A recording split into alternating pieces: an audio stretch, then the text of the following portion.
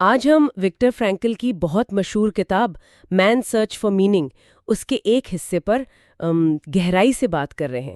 یہ صرف ہولوکاسٹ کی کہانی نہیں ہے، بلکہ یہ انسانی ہمت اور معنی کی تلاش پر ایک غیر معمولی نظر ڈالتی ہے۔ جی بالکل، فرینکل خود آشوچ سے گزرے تھے اور انہوں نے وہاں ناقابل تصور مشکلات میں زندگی کا راز سمجھا کہ اصل چیز خوشی نہیں بلکہ معنی ہے۔ اچھا، آج کی گفتگو اسی خیال کے گرد گھومے گی۔ تو ہمارا مقصد یہی ہے کہ اس کتاب سے اہم باتیں نکالیں اور سمجھیں کہ بہت بہت برے حالات میں بھی کوئی انسان کیسے معنی ڈھونڈ سکتا ہے۔ جی فرینکل جب آؤشوِٹس میں تھے ان سے تو سب کچھ چھین لیا گیا تھا، نام تک نہیں، وہ صرف ایک نمبر تھے۔ ہاں، یہ تصور کرنا بھی مشکل ہے، لیکن وہیں اسی جگہ انہوں نے ایک بڑی حیران کن چیز دیکھی کیا؟ کہ جن قیدیوں کے پاس جینے کی کوئی وجہ تھی، کوئی پیارا یاد آتا تھا، کوئی کام ادھورا تھا یا کوئی عقیدہ تھا مضبوط، وہ لوگ ان سے زیادہ دیر زندہ رہے جنہوں نے ہمت چھوڑ دی تھی۔ یعنی معنی ان کے لیے آکسیجن کی طرح تھے۔ بالکل، ایک طرح سے کہہ سکتے ہیں۔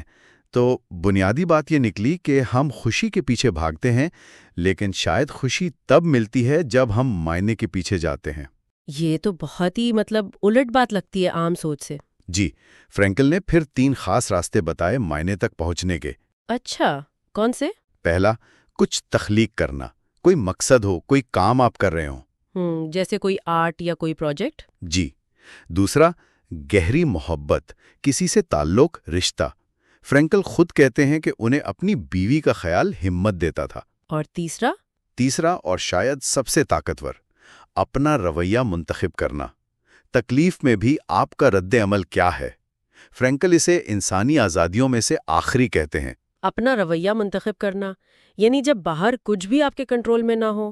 بالکل، جب باہر کی دنیا پر کوئی اختیار نہ رہے تو آپ کا اندر کا رد عمل، آپ کی سوچ، وہی آپ کی اصل آزادی ہے۔ کتاب میں ایک منظر ہے جو مجھے یاد آ رہا ہے، بہت دل دہلا دینے والا۔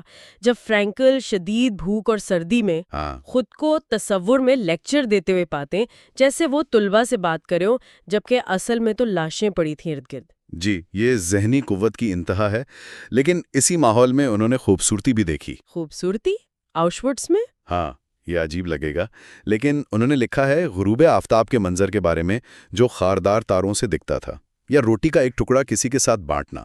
یہاں امید کوئی بچکانہ خوش فہمی نہیں، بلکہ ایک طرح کی بغاوت ہے۔ صحیح، اندھیرے کو مانتے ہوئے بھی روشنی دیکھنا۔ بالکل۔ لیکن یہ بھی واضح کرنا ضروری ہے میرے خیال میں کہ فرینکل یہ نہیں کہہ رہے کہ معنی کے لیے تکلیف ضروری ہے۔ نہیں، بالکل نہیں۔ زندگی میں تکلیف آ سکتی ہے، وہ تو آتی ہے، لیکن اس تکلیف کو آپ کیا معنی دیتے ہیں، یہ آپ کے ہاتھ میں ہے۔ تو آپ درد سے بچ نہیں سکتے، لیکن اسے بدل ضرور سکتے ہیں اپنے اندر۔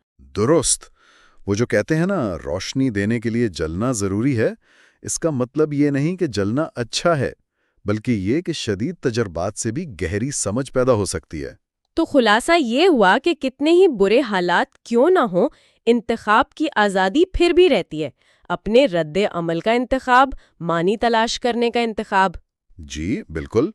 اور آخر میں فرینکل ایک سوال چھوڑ جاتے ہیں جو بہت سوچنے پر مجبور کرتا ہے۔ کون سا سوال؟ وہ کہتے ہیں، ایسے جیو جیسے تم دوسری بار جی رہے ہو، اور گویا تم نے پہلی بار وہ غلطی کی تھی جو اب کرنے والے ہو۔ اوہ! اگر آج واقعی دوسرا موقع ملا ہوتا تو کیا مختلف ہوتا؟ یہ ایک بہت گہرا نقطہ ہے سوچنے کے لیے، اپنے ہر انتخاب کے بارے میں